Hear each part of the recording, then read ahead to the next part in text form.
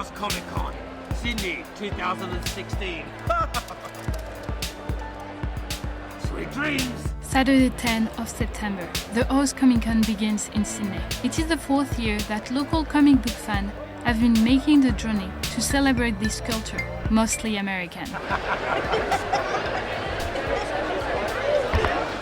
Some are here to see international guests, as 2 DC illustrators Ken Lachey and Brad Walker.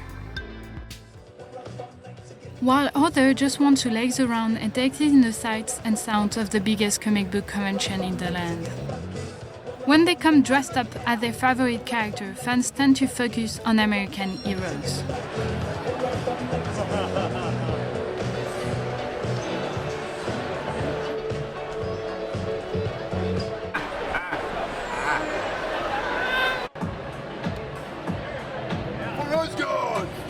The popularity of American heroes is underlined by Scott Sheens, manager at the Sydney comic book store King's Comic. The two big companies, Marvel and DC, are the most well-known and they take up the most market share of comic books. So, for I think specialty stores, they're going to be 99% like American comic books. Yeah. If you're Australian, it's your patriotic duty to buy this book. If you're not, buy it because it's a great read.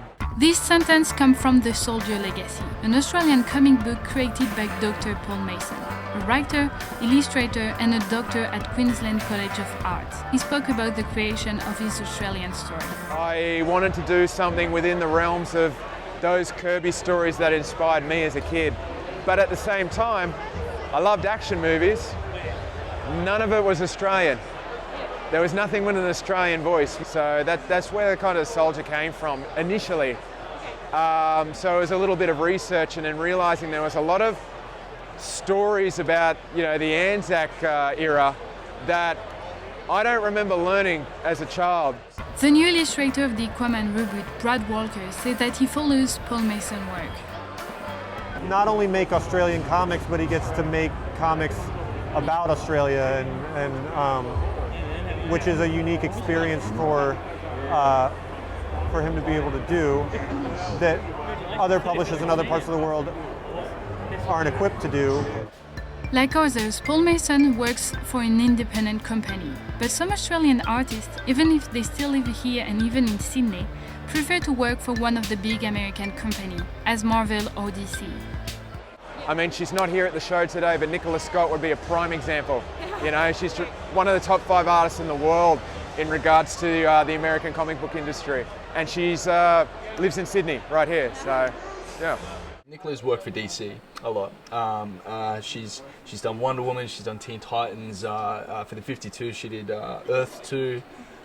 Secret 6 is an amazing book that she did with Gail Simone. And then there's one of her own sort of series she does with Greg Rucka called Black Magic at Image. So this has been the first thing, not DC, that she's done for a long time. She's an amazing artist. And I think somebody like Nick is a good example where she's from here. She's a woman. There's been a lot of talk in comics about it being a boys' club. And at the end of the day, her work was strong enough that if she did the work, if she was professional about it, if she kept at it, it didn't matter where she was from. It didn't matter what her gender was.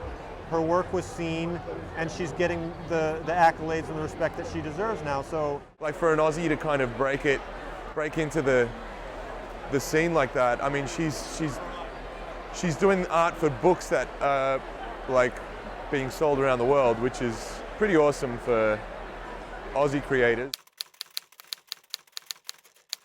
I don't like to call it an industry because it's very much, I call it Dodge City, or like the Wild West. There's no real infrastructure there. It's very much, sporadic, spread out creators, There's quite a number of us have had this conversation with retailers, current publishers, printing operators, other creators, both like indie and mainstream, and we've all been sort of tossing around ideas about what we think, how we think it would work. Australian writer Ryan K. Lindsay says the industry is providing more possibility for local artists.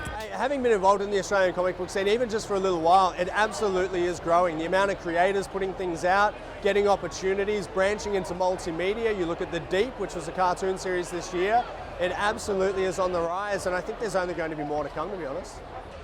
So the way I see a possible Australian industry ever flourishing is that you have a production studio that generates content, and then perhaps maybe a big company coming in doing a massive PR campaign to get Australians interested in reading comic books, because a lot of the libraries in Australia have the infrastructure and they have quite a big collection, but the people at the top of the libraries running it don't realise the potential in what they have, so they're still marketing towards the older generation and maybe little children.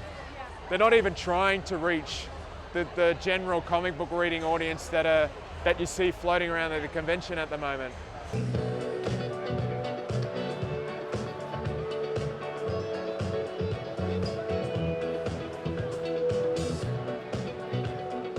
I don't expect to be Stan Lee, you know what I mean? So I never expected this thing to change Australian comics or do any of that bullshit. It's unpractical to think that way. Rather, the idea was do something that I enjoy, doing something of my own sort of cultural identity, and use that to gain work with other people. To me, the beauty of the comic industry has always been, it doesn't matter who you are, it doesn't matter where you came from, all that matters is the work.